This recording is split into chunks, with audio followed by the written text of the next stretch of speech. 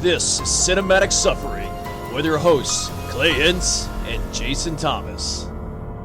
Life is pain, and so are bad horror movies. Alright, so welcome to another episode of Cinematic Suffering. I am Jason. I'm Clay. And today we are reviewing 13 Demons. That's right. The premise of our little podcast here is that we're going down A to Z in the Netflix horror movie category and suffering cinematically through each feature. And this is the second one up. The second title with 13 in the title. Yes, we have to go through all the numbers first before we can actually hit A.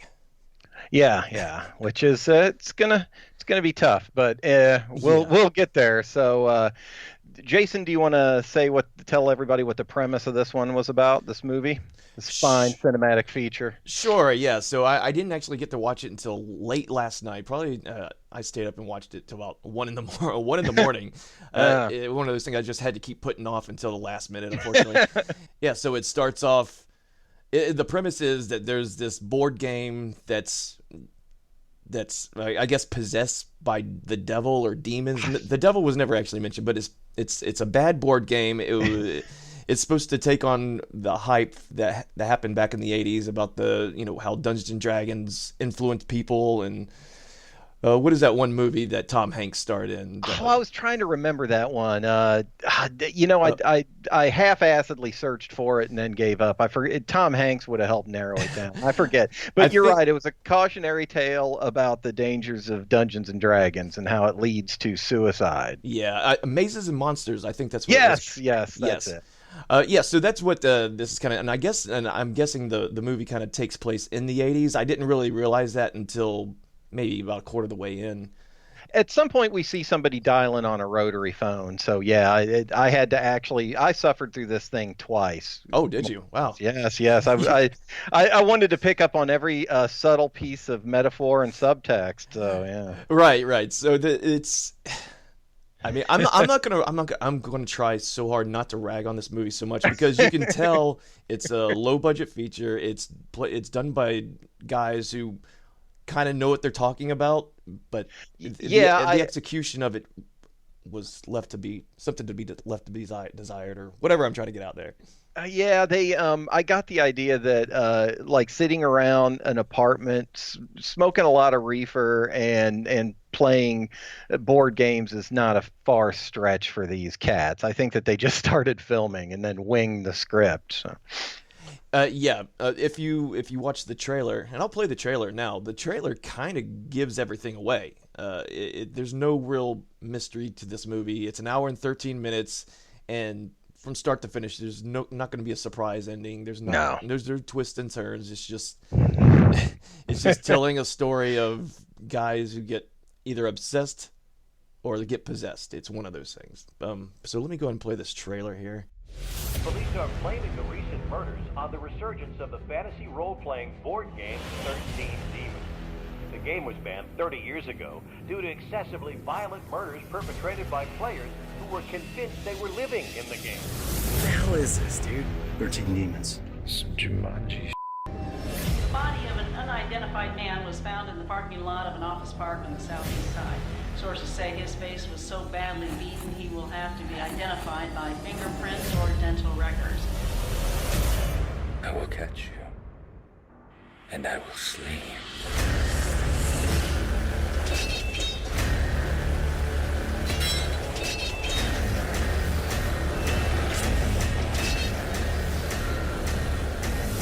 What is your mission? To rid the realm of the 13 demons of the apocalypse. This is a game! Not a game. This is a game!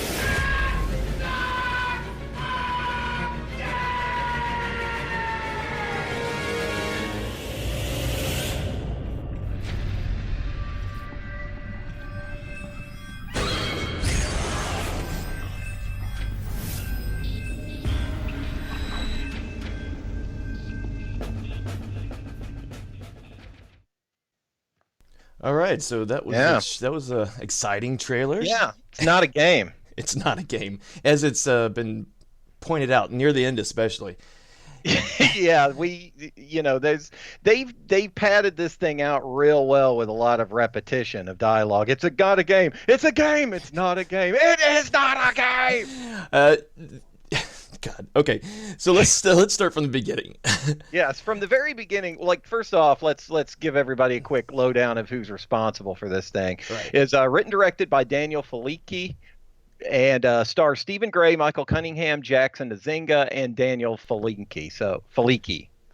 Right. You know you're in trouble when the same guy writing, directing it, and starring in it is kind of all over this thing. It's a very auteur film for Mr. Felici. Yeah, I was going to point out that Felici does star in this movie, and I kind of broke down each one. There's 3 guys in here, and each one of them are kind of like a prototype for nerd. So yeah, we have the stereotypical nerd. I call him the SN. That's Felici's character, the guy with the glasses and the all the nerdy appearance, right? Yeah, he's the guy that you can tell that he's got a vast collection of role-playing games in his house. Right. And then you have the cool nerd. Yeah, the guy that looks like he might be from somewhere kind of exotic. One of his parents are from somewhere interesting. Right, and you think you just kind of get hung up in all this because it's just like a chance in life that he found himself rooming with a couple of other dorks, and they just kind of roped him into the whole thing. Yeah, he approaches his nerdism kind of ironically in a way. He's that guy. Like, right. I still want to get laid. It was his vibe. Yeah, exactly. And then we have the final neckbeard nerd. Yes, who's just all of them are so poorly drawn, but like, did these guys have names?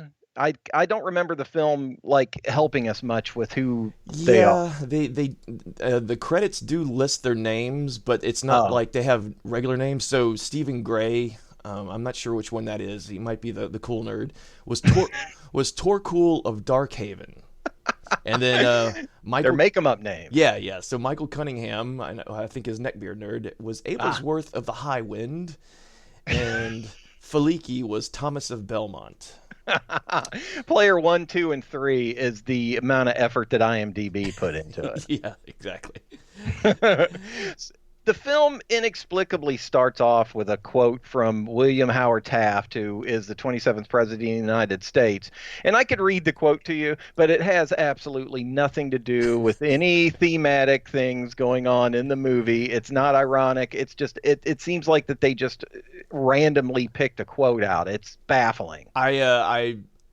I noted that the first thing when I saw it, when that splashed on the screen, I was scratching my head going, did Taft play a lot of board games? Was this a normal thing that he did? Do they know something about William Howard Taft that no one else knows? And that random quote was just weird.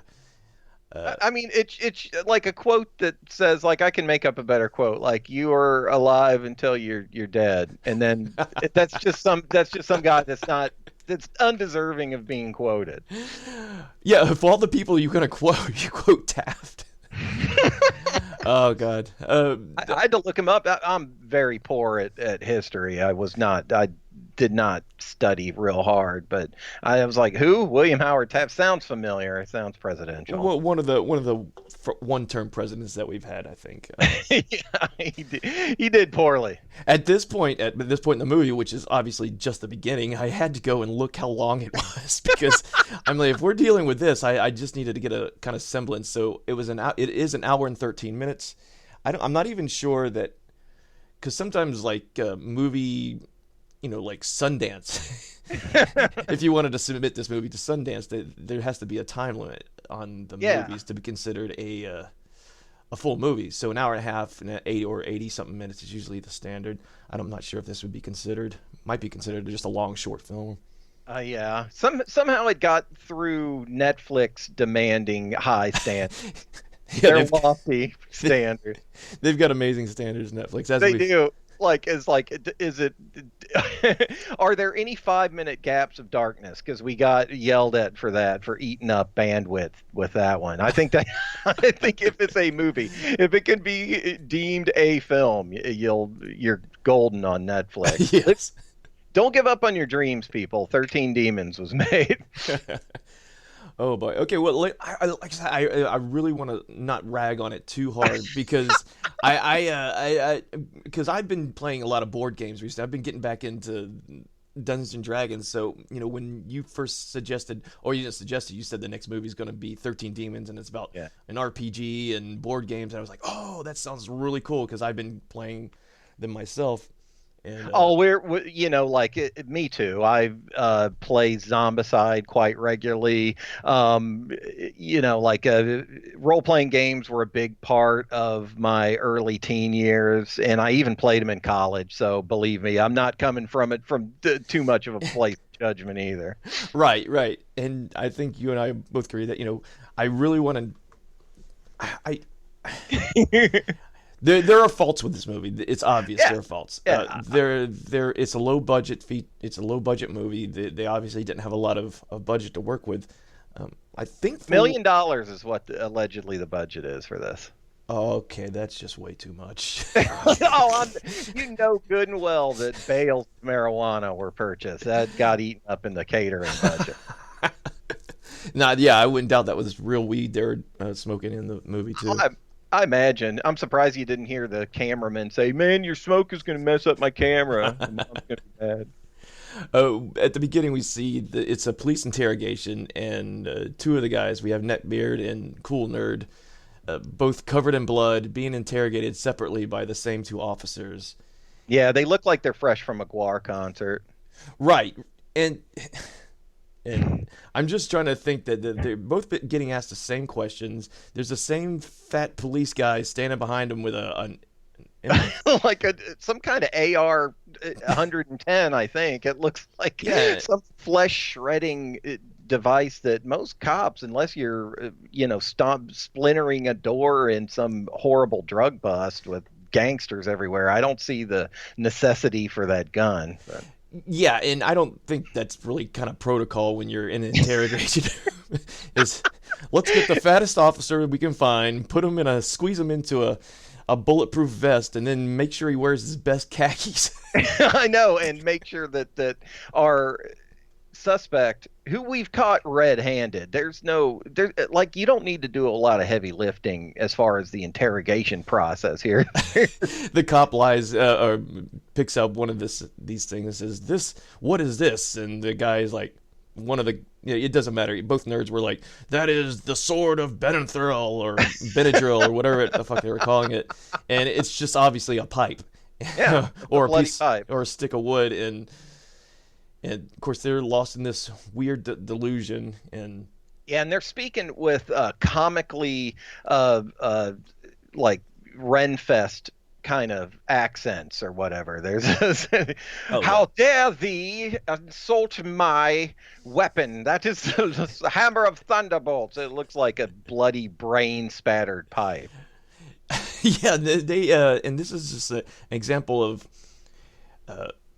not a very good beginning, just because first we have a Howard Taft quote, and then we jump into this interrogation where we know the two guys are already guilty. And take a hard right into your boilerplate kind of police interrogation, but they've quit in both of our characters, and they're so blood spattered that I didn't even realize that they were different dudes at first, but because they're both affecting this old timey Renfest accent, and they're both covered head to toe in gore. I don't know how they got so many victims under their belt before getting caught. These guys are not clean in their wet works. Yeah, I was a little. Yeah, that's a good point. That I was kind of confused a little bit there at the beginning too. I was like, "Who is this? The same guy?" No, these are different guys. Okay, got it. They both enjoy their stoner rock, which I empathize. But we quickly go from, not quick enough, but we go from the police interrogation to their backstory, where it shows the director, Mr. Faliki. Yeah. Mr. Daniel Faliki, his character, the nerdy glasses guy, barges into the apartment of our main characters, and they're in the midst of geekdom in progress. Like, the one guy is playing Dragon's Lair on the Nintendo, which Well, immediately I started. Well, I didn't. I actually thought about this. I pondered this for the last week. This stylistic choice. okay. That game is, infamous in game collector circles as being the most broken ass, annoying as fuck, poorly designed game ever. He calls it Dragon Lair, which I guess is a real sneaky way to get around the legal issues of just naming Dragon's Lair. Oh yeah, yeah, and the Dragon's Lair on the Nintendo was absolutely horrible. No one could get through it. I've actually geeked out and watched YouTube channel play videos, and people have gotten through it. But I remember having it as a kid and just being so frustrated because I thought, oh, I love the animated is it Don Bluth? Don Bluth, yes. Yeah, the thing that was in the arcade, and I was like, oh, I'm gonna get this on Nintendo because both would be comparable, right? Yeah, no. But yeah, I noticed that he was playing that, but he wasn't really playing it because it was playing in the background when he wasn't even looking or touching a controller. Which is immediately it's established that haunted stuff surrounds these guys. I don't think that the 13 Demons was even necessary. There's obviously poltergeists in the room. And the weird decor that they had in the back, they had a Planet of the Apes poster, the Tim Burton version. They had a All Dogs Go to Heaven poster. And you see what it is we enjoy unwatchable movies so much. I thought, why not make one as well? Yeah. And we got to think that these movies didn't come out in the 80s. They came, well, I don't know about All Dogs Go to Heaven, but I know that Tim Burton one didn't come out until early 2000s. Some continuity errors right from the get. Exactly, yeah. So Faliki comes busting into the apartment. I'm not sure if they all are supposed to live together or if they're, what's going on, whose apartment it is. I guess it doesn't really of the story. Yeah, I guess it doesn't really matter. And he's flipping out about 13 Demons, and we kind of get an established backstory of how it is a cursed game. It was made like 20 years ago, and from the time that this is supposed to happen, I guess. And yeah, and as any teacher in cinema, anybody that's been through film school will be told, don't show your audience, tell them. Let's tell them right from the outset that this is a haunted game and it makes people kill other people because it immediately drives them crazy, and they burned these in a pyre in outrage over all the piles of dead bodies. Let's play it. And it's like, okay, we've been told how the rest of the movie's going to progress. Thanks, movie. Exactly. And at this point, I looked at the screen time yet again to see how long I had to go. And we were only at the 17:30 mark. So. It's like, wow, I'm in a time bubble here, a time loop. I know. We already knew what was going to happen. I think I can appreciate the film, the guy's passion for maybe board games and that genre and wanted to do something. But it's like, man. I think storytelling 101 here could have helped a lot. Oh, I know. Just basic. Just read a book. Read any book. Read. Oh goodness, it can have pictures in it because I'm sure that these guys aren't big on just. I don't know. Maybe they do. They were big readers. They're not. They weren't great storytellers. But and I'm sure we'll discuss this more towards the end. But I didn't hate it either. I know that oddly I didn't hate it. Like I resent it for not hating it more in a way. Like that. Just. I do too. I wanted to bag on it so much, but I could see it was really kind of a labor of love for the guys. So I can get behind that and. So we're just kind of nitpicking here, which is, that's what we're going to do anyways with these movies. It's inevitable. It's inevitable. Well, I mean, so immediately our friends start, our three main characters start playing this game. It's established with, the subtlety of balls on your chin, the evilness of this game, and then they start playing it, and they take the pieces out and they're making fun of it. They're like our cool guy. he's somewhat cooler than the other two. I feel it. He drops a piece on the board and then it immediately rights himself. And this is the most offensive part in the whole movie for me. He's like, "Whoa, that's some Jumanji shit." And it's like, yeah, because I don't get it at this point. Like It's already just so painfully obvious that we're dealing with a haunted game, and they have the nuts, the appalling audacity to reference Jumanji. Yeah, and not only that, but we find another continuity error where this is supposed to be in the 80s, I guess, and Jumanji obviously wasn't made until the mid 90s. So no. Yeah, I mean, our friends are time travelers. I think that there's something we're missing. They found a great tool in 13 Demons of Time Travel. They're really set up for this. And now that I think about it, maybe they're just hipsters. Like, I don't like using modern technology. All the EMF waves kind of hurt my creative function, so I use a rotary phone to call everybody. Yeah, I was trying to determine whether that was their process, that whether they're just hipsters and just using like nostalgic stuff for ironic purposes. But then this thing was supposed to have happened where the 13 Demons, the board game, was, it was 20 or 30 years in the past, and I was trying to add up the time, and I think it was adding up to around the mid 80s. So yeah, the timeline's kind of it's kind of all over the place with that. It seems to want to elicit that a nostalgia for that time, which it's debatable whether it even kind of sort of got in the ballpark or right. But I kind of have a strong sense of nostalgia for that time, the gaming and all that shit. Sure, yeah. Okay, so we have so that we see the little man piece, board piece, man piece, right itself, and they immediately know that they're dealing with a haunted game. It does everything but growl menacingly and drip blood, and it's again, I don't want to be overly critical either, but they could have put some effort into the fabrication of this game. It looks like it was painted that morning in like craft paint from Hobby Lobby. It's just, you can see some serious swipes. The color palette is non-existent, and the game doesn't look like it actually works in any kind of way. But, yeah, I was thinking that another thing I was pointing out to myself was like they really like to smell this game a lot. Oh my God, they're sitting there. People in the midst of a 3-day Coke binge don't sniff that much. I get it. It fucking smells. Do you guys smell that? Does it smell worse as we're playing it? I think it smells bad. Do you smell that?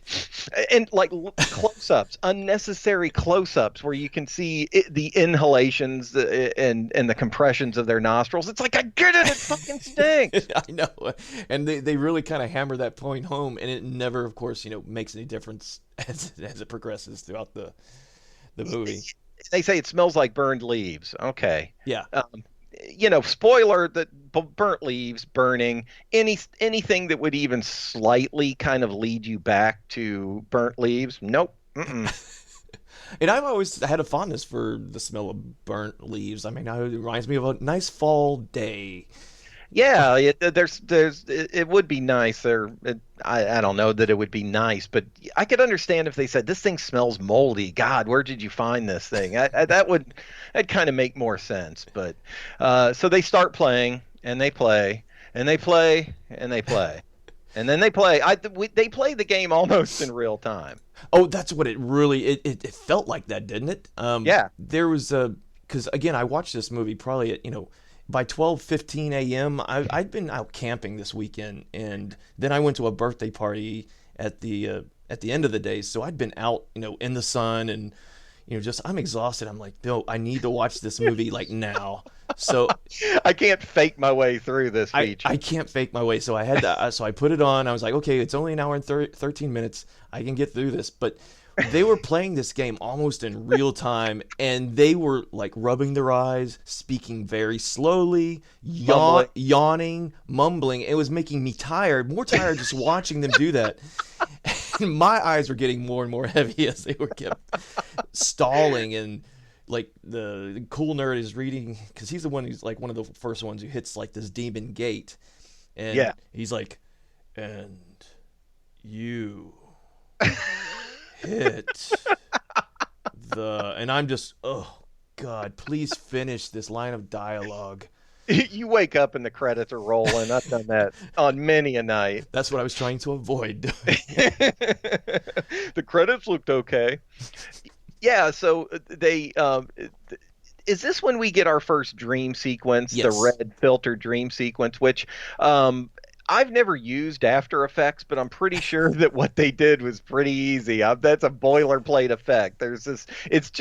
There's bottom fog, like the distracting, real flat kind of After Effects, and then there's some wiggly qualities going on to them, like they're in a dream world, and it's an epileptic's nightmare. Yeah. If you're susceptible to blinking lights and falling into seizures, you do not want to watch this because yes, and you definitely don't want to have a seizure over 13 Demons. It's not worth it, you know. See, The Incredibles 2, maybe a little bit more, but yeah, so Cool Nerd is now decked out in some kind of his Golden Paladin gear, because that's what the heroes are called in the game, the Golden Paladins. yes. And the screen is still so murky and everything, so you can't really see how cheap the costume is. You can see it's kind of cheap, but I like You can feel the cheapness. You can feel the cheapness, but this is where I'll give them props, where they use these effects to their, they got a low budget, they're going to try to use everything they can, and I thought it was effective when you see this goofy ass demon lurking around and. Cool. Yeah, he's got big finger extensions, and he's got vaguely pointy goblin-y ears. So in the context of the movie, he works as a monster. But which we'll find out soon enough that when they say 13 demons, what we mean is one demon copied 12 times. Yeah. He sneaks up on this demon. And again, we don't really we just kind of like to see the shadowy outline of the demon. We get the vague impression of horns and stuff like that, but he stands behind the demon for what feels like 30 seconds. Thinking, okay, just stab him. Stab him. Stab him. Why are you waiting? Stab him.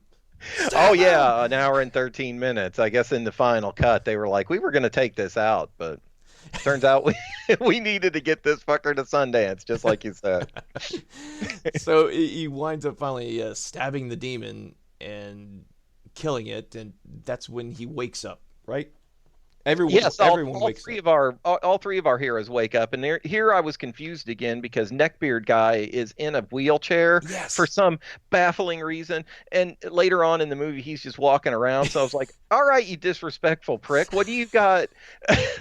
do you have the things that people with muscular dystrophy have to use sometimes too?" You right. Bastard. I was thinking the same goddamn exact thing because I saw him when they woke up. He's in a wheelchair, and I was like, "Oh, okay, dude's in the wheelchair." No, I had no issue with that, and then.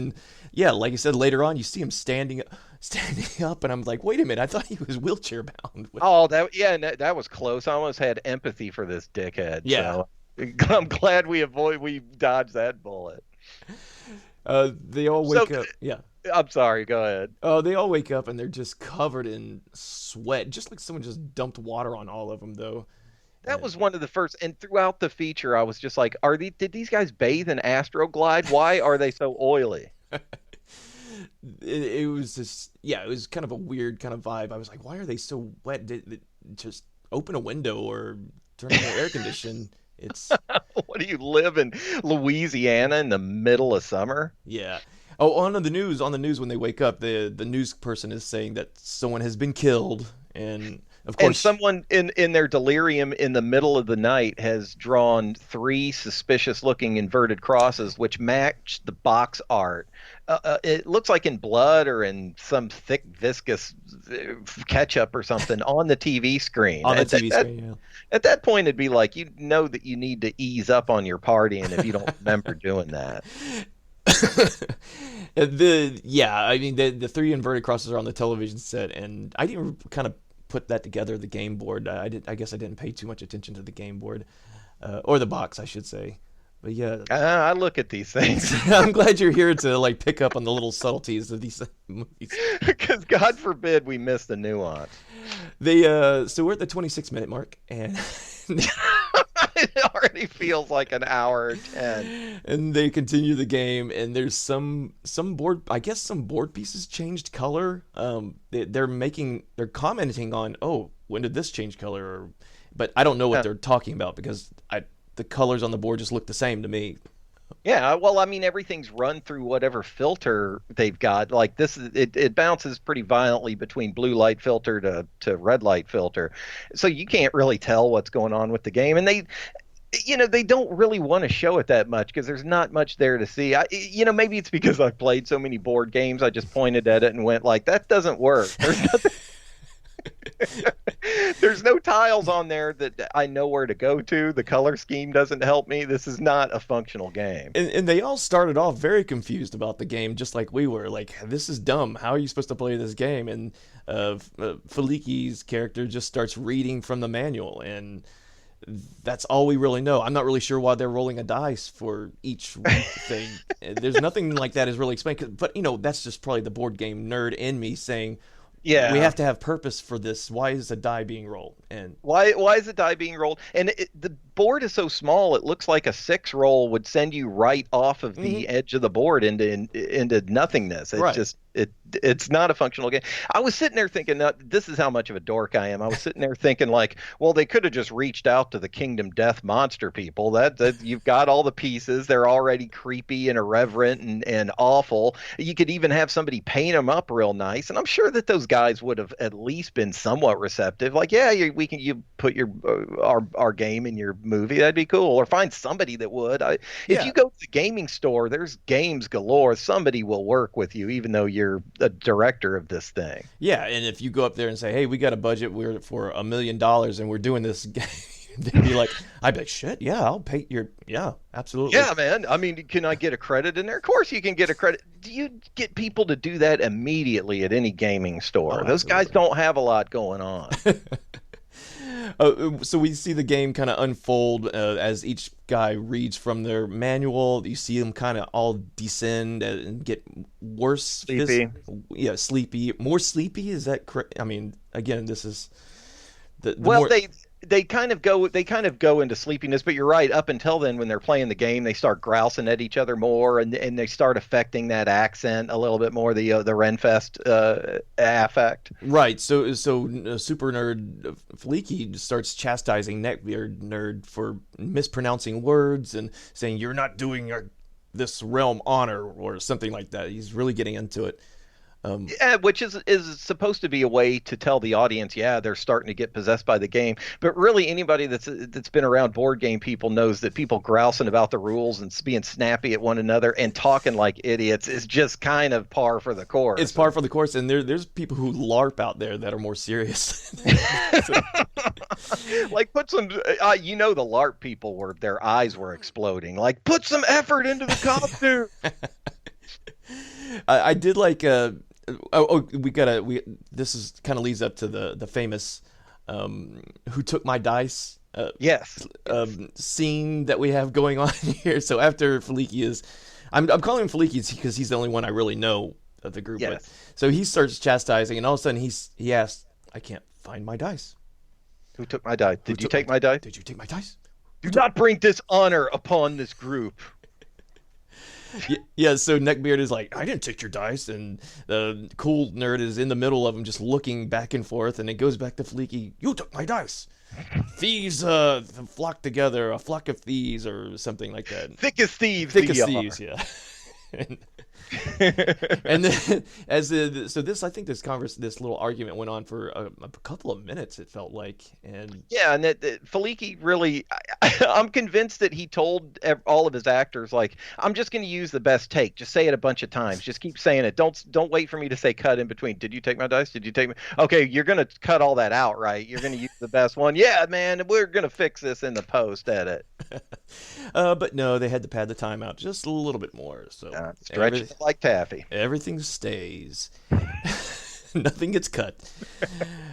Yeah, and so that we have this big argument on who took my dice, and then he looks in his little front pocket, and he's like, oh, here it is.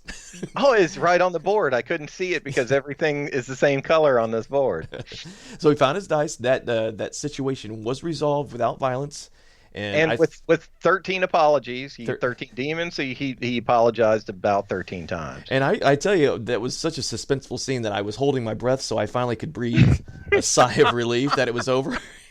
Oh, God, I thought something was going to happen here for a second. I thought we were going to get just a sprinkling of exposition, but nay. Yeah, I was waiting for that exciting moment to pop out, but they continued on with their game, and I think they fall asleep again, and But this time, now I'll give him props for this next part because Fleeky's character, they got him really well made up, in my opinion. With the outfit and like the armor and everything, or no, he's in the real world and he's flipping the fuck out. He's Is that what you're talking about? he's in the real world, flipping the fuck out. He's got these. My favorite part of the movie, by the way. Yeah, this was my favorite part of the movie too. So he's sweaty. He's got rings under his eyes. He's got these weird blue contacts in, like he's possessed. And he starts. And yeah. I have to give it to him. Like, he really did seem a little bit unhinged. If you're looking for the one redeeming bit of acting in the movie, I think he delivered it here. Yeah, absolutely. And I was actually sitting here not enthralled or entranced, but I was like, oh, this is pretty interesting. They really did a good job with making him up, and the way he called his mother. Yeah, he called his mom on the rotary phone before that, and it left this chilling message about how I've learned my life's purpose and I'm getting ready to go. If I don't come back tonight, like all the stuff, it's like, oh shit, Junior didn't take his meds. Yeah, and he delivered that really well, and then he goes off in search of his demon that he needs to slay. Yeah, and he finds some dude wrenching a car and offers to do battle with him. He's dressed hilariously, and in his imagination, he's wearing full regalia, all this armor, but it's like a platter. It's his mom cheese platter on his chest and like a colander on his head or something, and he's holding just a rubber mallet that looks like you could hit somebody pretty firmly about 5 times and they would just get annoyed. Yeah, exactly. I was noticing that too. But just the pots and pans, the absurdity of it all was really funny. It was funny, but at the same time, I saw where they're going. They're transposing. You know that he's in another world in his head, and this is just what he's doing. And I thought that was pretty effective. The guys at the I'm putting in air quotes garage, yes, which is obviously just a storage container. And this guy's wrenching the car, and I'm not much into cars, but I know that you don't need a socket wrench for the battery. he's just twisting this thing at a vague part of the in the motor, and then he's offered to do battle, and he's like, "Dude, get out of here! We're getting ready to close up. Oh, you want to do battle with me?" And they face off in one of the most hilarious moments of the movie for me. They face off in this completely side by side fighting game, like old school fighting game. All they were missing is the life bars over each character, like barista versus fish head. It would have been perfect. Yeah, they're just kind of stop. Yeah, just stop. They're just staring each other down. Yeah, facing off. One guy's got a tire iron, the other guy's got his rubber hammer. But we don't actually see the fight, do we? No, we don't see the fight, and that's a big disappointment because it looks like they just hit each other at the same time, and you see both of them kind of fall down at the same time. And I'm pretty sure that Crowbar would have definitely won out over the Rubber Mallet. Crowbar's got way more HP than Rubber Mallet. Yeah, that's a special sword of singing or whatever the hell. Compared to a Rubber Mallet, just so you see both hands hit the ground. The guy who's holding the crowbar, his hand's bloody for some reason. And yeah, I guess he somehow busted this dude's head wide open or something. It's the only way you could get that much blood spray. And so they both fall down, and then I think we go back to the game board, and you see that piece that I guess he was playing, even though they all were kind of interchangeable pieces, just kind of fall over. Yeah, the magnet wore out in it. I was thinking. It's like it's either mysticism or magnets. I mean, let's get Shaggy 2 Dope in on the case. He could explain it to us. The other two guys don't really care. It looks like they kind of seem to be unmoved by. I guess it's you can have 2 players without affecting the gameplay that much. They did say you're supposed to have 4 players at the beginning. Remember that? They did. It works better with 4 players. Works better with 4 players, but they started off with 3, and then now they're down to 2. Get a girl in the mix, and she could be like, "This is dumb," and it will break the spell. Yeah, and then the 2 guys. There's not really much else to tell other than the 2 guys just kind of face off each other, argue a little bit, compare weapons. Yeah. They start going down the Renfest rabbit hole, and they bathe in Astroglide, and they play the movie in almost complete darkness. Oh yeah, and you see them go into they're another realm that we saw, that we've been seeing throughout, with the little swirly lines and the fog. And I thought I have to give them props for some other stuff, like the when they're killing the demons in the fog, and you can't really see it, but you see like little blood sprays coming out. Yeah, that's more After Effects fun. But Right. I did like that too. It's like if you're going to use one of the effects, use it effectively. I guess they worked with what they had. Yeah, they definitely work with it, and I thought it was effective for the effects that were going on. Nice meaty sound effect when they cleave the demons. It could have stood to have more of that. I would have, like maybe chop up some of the other ones. Or a big fault that this movie had is obviously they're killing real people when they're out there killing demons, but all of the murders happen off camera. The only one that even kind of happens on camera is between the barista and the fish head guy. Yeah, that's true. And yeah, I thought that was if they could have just added more of the killings, maybe just souped up some of the gore factor. I think it would have. I think it would have been a much more effective movie. I know a lot of movies decry, we don't want to rely on the gore, we want to rely on the story. I was like, no, you need to rely on the gore for something like this. So it's like what you're working with, know what kind of movie this is. It's like if you're making a beach bikini movie and you try to fill it with all this other bullshit instead of people dancing in bikinis on the beach. It's like, we know what we're here for. It's a horror movie. It's in the horror category. Spill some blood, man. Yeah. A little blood was spilled, but not enough in my opinion. No. It's After Effects blood is for cheaters. It's much cheaper though. Yes, it is. Then we have, they're back in of course, we see them flashback every once in a while to their interrogation in the police room. And then they have like kind of a final battle between Neckbeard and Cool Dude. Yeah, it turns out they're both in the same jail together. And I was confounded why the police were questioning these guys so hard. You don't need to put in the extra hours, guys. You've got your guys, and they're babbling incoherently. You're just helping and there's no lawyer in the room. I'd be like, we're not questioning these goofballs 1 minute more. You just get your lawyer in here. I beseech thee to get a lawyer. Yeah, and they're not psychiatrists. You don't have to delve deep into their minds and wonder why they don't think it's a game and you think it's a game. It's like let the psychiatrists, let the doctors handle that. You just need to do your basic interview. Yeah, and I don't think yelling at these guys is getting us anywhere. They're just they're sticking to their story about being paladins. I guess so. Both of the guys are, is he here? Give me my weapon. They keep insisting their weapons are given to them, and the cops. There's multiple shots of the cops going, no. You can't have this branch back to beat your friend to death. That's please let me beat my friend to death. But wouldn't it have been funny if they just transitioned to those guys fighting in a circle in some dark cell and everybody in the precinct is betting on who's going to win? Now that is an ending I would have loved to have seen. It would have justified everything. Because the ending scene that we get is so loud and almost unintelligible. Well, the trailer, how the trailer ends with them yelling, it's not a game, it's a game, it's not a game, it's a game. That conversation, this tennis match of a conversation, goes on for a comic amount, just a comedic amount of time. Like there's actually a pause in the middle, like, it's a game, it's not a game, it is a game, it's not a game, it's just a game. And then they pause and you're like, all right, we're done with this. and this hack comedy timing bit goes by, and then it's like, it's not a game. They start again. I'm like, okay, goddamn, this is a game. You think this is a game? And that's amazing. Yeah.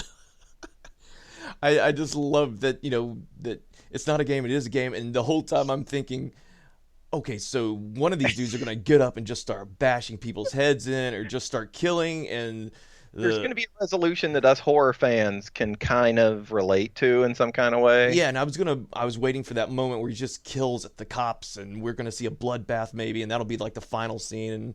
And but it ends with Cool Nerd yelling unintelligibly. I couldn't even understand what he was saying until like the last word. He's like, and you heard it in the trailer. Game or whatever. That's a good pterodactyl you've done, son. And there's so much, his head is shaking. He's so into it, and he's like, "This is not a." And I was like, "Yes, this is not a game. Now pick up that pipe and bash that cop's head in." Yeah, my heart breaks for the movie that they could have had. They could have had this big Terminator level swath of violence through the precinct. That's kind of what we needed as a payoff. Like, pay attention to the masters. Like Takashi Miike, he might bore you for a lot of his movie, but you're going to get a payoff in the end. Oh, you're going to get a nice payoff. Exactly. Yeah, but nope, PD, nope. Yeah, we just get this yelling conversation. We get the yelling conversation. We end, the screen goes black after this screams, "This is not a game," and roll credits. Yeah, and they used every note of the Fantasy Pack audio that they bought from whatever movie outlet. I don't know. I'm sure that it's clip art music in the same way that clip art is clip art. Exactly. Yeah.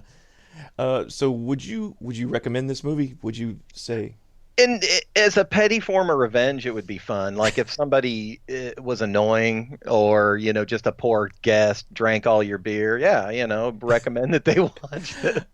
I think this is I would recommend it only because I think nerds like us could kind of identify with some of the stuff in it. Like I said, we nitpick the hell out of it, but overall, I've seen a lot worse. I said, oddly, I didn't hate it. And that's confusing for me because I feel like I should feel some amount of contempt towards it. It was lazy. The props looked like stuff they had laying around their apartment. Someone was exercising an amateur's mastery of editing and post-production. It just wasn't good, but I still couldn't hate it. Like, it was just like, there's a good story in here somewhere. The idea of a plot device like a haunted board game is so compelling to me that I want to see somebody pull it off better. Now, you remember the exercise Rocky routine they had, right? Oh, I do actually, where they were kind of fake sword fighting with one another. They start off, one guy was doing a lot of push-ups, and the other guy was trying to do sit-ups, but he wasn't exactly getting to that point. My doctor says it's bad for my hernia. I was like, the exercise, I was like, do them crunches, bro. Yeah, come on, man. Put some effort in. But yeah, that's 13 Demons. Watch it with friends. Maybe you can get some good riffs off. I like I said, I managed to enjoy it. Then again, this weekend I just watched A Talking Cat, so it's my barometer for good is totally not working. Everything's whacked off. Oh, that's not the right term. Everything's just kind of wacky. Well, you can. I don't know. You're not going to have a lot to look at it either movie, but go ahead and give it a shot. Yeah. So that is 13 Demons. And that's right. So what do we have next up? Next, we have an Indian film, the first of two, by the way, both with the word 1920 in the title. First one's 1920, and then the next one after that is 1920 London, I believe it's called. Yeah. And this is no offense to Indian people, but your movies are often baffling, and this might be tough. Either that or it'll be magical. I'm transfixed anytime I go to get Indian food and I look at whatever's on TV. Yeah, I agree. I